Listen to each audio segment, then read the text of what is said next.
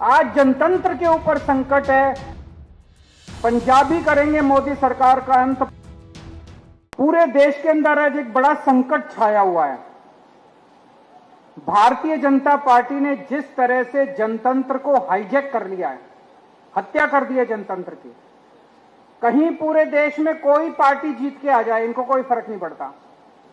उसके बाद ईडी से, सीबीआई से, पैसे से एमएलए तोड़ लेते हैं, पार्टियां तोड़ लेते हैं, सरकारें गिरा देते हैं, जेल भेज देते हैं, हर किस्म की वोट काट देते हैं, वोट ऐड करा देते हैं। कल बंगाल का जो चुनाव, वो चुनाव थोड़ी था। पिछले 3-4 महीने से हम देख रहे हैं क्या तांडव चल रहा है बंगाल के अंदर। उसी तरह से उन्होंने बिहार के अंदर किया, उसी तरह से उन्होंने महाराष्ट्र के अंदर किया, उसी तरह से मेरी अपनी विधानसभा, दिल्ली विधानसभा जहां पे हम बैठे हैं अभी, जब मैं जेल गया उसके पहले इस विधानसभा में 1,48,000 वोट थे। जब मैं लौट के आया उसमें 1,06,000 वोट बचे थे। 42,000 वोट इन्होंने 6 महीने के अंदर कटवा दिए। मैं पिछली बार 30,000 वोट से जीता था, 42,000 वोट कटवा दिए, मैं 3,000 वोट से हार गया। जीत कैसे सकते हो जब आप सारे वोट कटवा दोगे? उसका तो कुछ भी नहीं बचेगा। पूरे देश के अंदर यही तांडव चल रहा है। आज जनतंत्र के ऊपर संकट है। जो हमारे शहीदों ने अपनी जान कुर्बान करके, भगत सिंह ने, सुभाष चंद्र बोस ने, जो हमारे देश के स्वतंत्रता सेनानियों ने अपनी जान कुर्बान करके शहीद हमें आजादी दिलाई थी, आज उस आजादी के ऊपर संकट आया हुआ है। लेकिन 2014 याद करो, 2014 में मोदी जी की आंधी आई थी। मई 2014 में जब मोदी जी की सरकार बनी थी तो आंधी चल रही थी। उसके बाद जितने चुनाव हुए, मई के अंदर देश का चुनाव हुआ, उसके बाद हरियाणा का चुनाव हुआ, जीत गए ये लोग, महाराष्ट्र का चुनाव हुआ, जीत गए लोग, झारखंड का चुनाव हुआ, जीत गए लोग। जहां चुनाव हुए ये लोग जीतते चले गए, जीतते चले गए, जीतते चले गए। फिर फरवरी 2015 आया, दिल्ली का चुनाव हुआ और दिल्ली के चुनाव में 70 में से 3 सीट आई भारतीय जनता पार्टी की।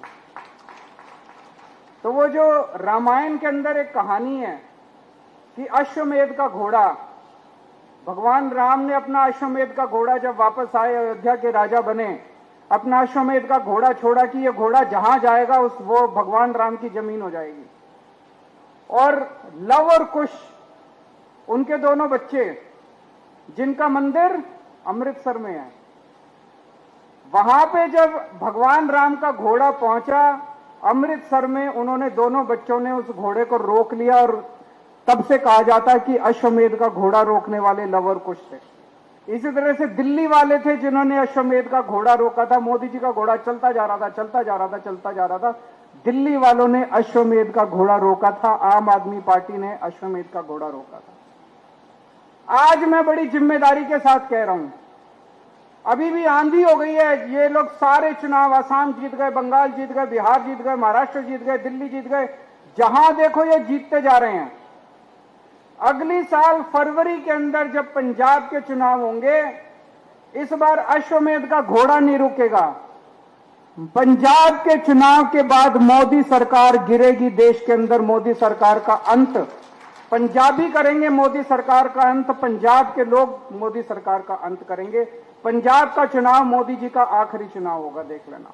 मेरा दिल कहता है, कैसे होगा मेरे को अभी नहीं पता। पंजाब तो आप जीतोगे, पंजाब तो पंजाब के लोग जीतेंगे, लेकिन मेहनत करनी पड़ेगी, घर घर जाना पड़ेगा। जो अभी मान साहब ने कहा, उनको बताना पड़ेगा कि भारतीय जनता पार्टी पंजाब और पंजाबियों से नफरत करती है। एक काम नहीं किया, इनके पास तो इतनी पावर है, सेंट्रल गवर्नमेंट इनके पास है। आरडीएफ में हमें डबल पैसा दे देते पंजाब सरकार को, और 10 तरह से पैसा देते थे, भाई लो पंजाबियों ये भी ले लो, ये भी ले लो। जो हक बनता था पंजाबियों का वो भी छीनते जा रहे हैं। कह रहे हैं अगर इनकी सरकार आई तो पंजाब का पानी सारा हरियाणा को दे देंगे, इनकी सरकार आई भाखड़ा डैम ये हरियाणा को दे देंगे, इनकी सरकार आई चंडीगढ़ उठा के ये हरियाणा को दे देंगे, इनकी सरकार आई ये पंजाब यूनिवर्सिटी हरियाणा को दे देंगे, इनकी सरकार ये तीनों काले कृषि कानून पंजाब के अंदर लागू कर देंगे। ये हमें बताना पड़ेगा कि अगर पंजाब के अंदर बीजेपी की सरकार आ गई तो ये तहस नहस कर देंगे, पंजाब को रौंद डालेंगे। लेकिन इनकी औकात नहीं है।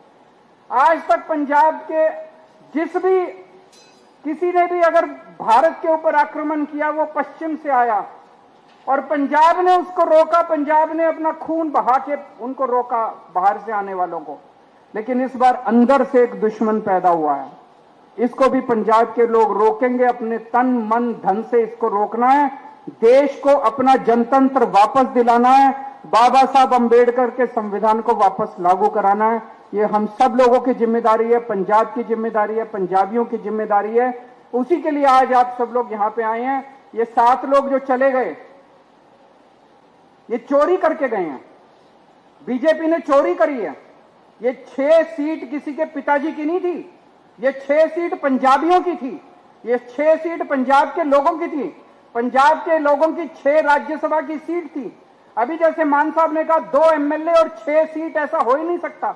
तो पंजाब के लोगों की 6 राज्यसभा की सीट के ऊपर डाका डाला है बीजेपी ने, उसका बदला अब अगली साल फरवरी के महीने में लेना।